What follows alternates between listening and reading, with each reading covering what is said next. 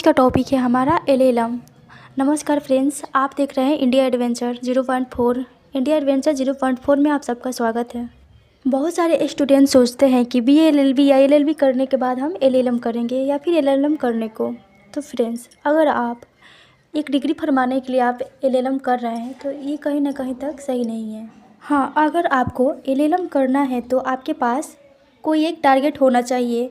अगर आप रिसर्च में जाना चाहते हो या आप लीगल फील्ड में रिसर्च करना चाहते हैं, या दूसरा चीज़ अगर आप एकेडमी में जाना चाहते हैं या किसी कॉलेज यूनिवर्सिटी में प्रोफेसर बनना चाहते हैं, लेक्चरर बनना चाहते हैं, यानी कि आप लॉ टीच करना चाहते हैं, अगर इन दोनों में से कोई भी बात हो तो हाँ, आपको एलएलएम कर लेना चाहिए।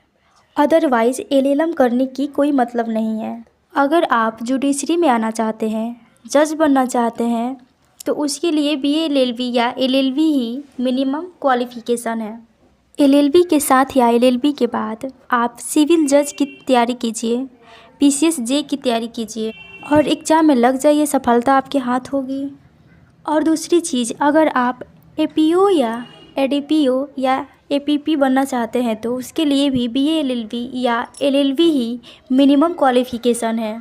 एलएलबी के बाद आपको सीधे तैयारी में लग जाना चाहिए और किसी सीनियर एडवोकेट के अंदर आपको प्रैक्टिस करना चाहिए, जिससे कि आपको प्रैक्टिकल नॉलेज मिल सके।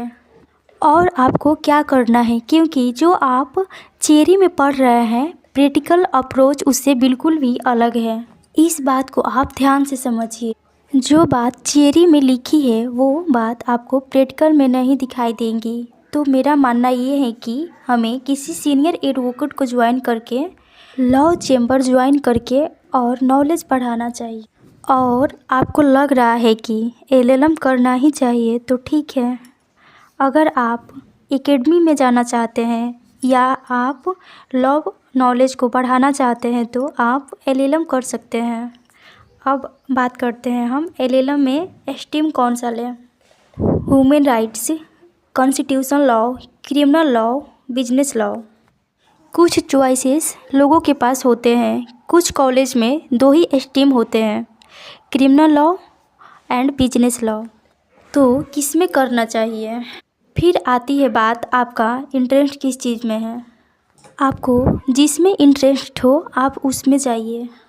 आप ये मत देखिए कि आपका प्रॉफिट किस में है, आप ये देखिए कि आपका इंटरेस्ट किस में है। जिसमें आपका इंटरेस्ट हो आप उसी में जाइए, क्योंकि अगर आप इंटरेस्ट के हिसाब से आप अपना काम करते हैं तो प्रॉफिट खुद ब खुद आपके पास आ ही जाता है।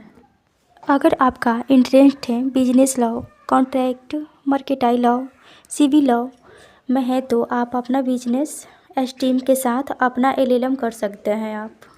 अगर आपका interest criminology, law of crimes, IPC, CrPC में है तो, और आप इसमें आगे पढ़ना चाहते हैं तो आप क्रिमिनल लॉ चुनिए।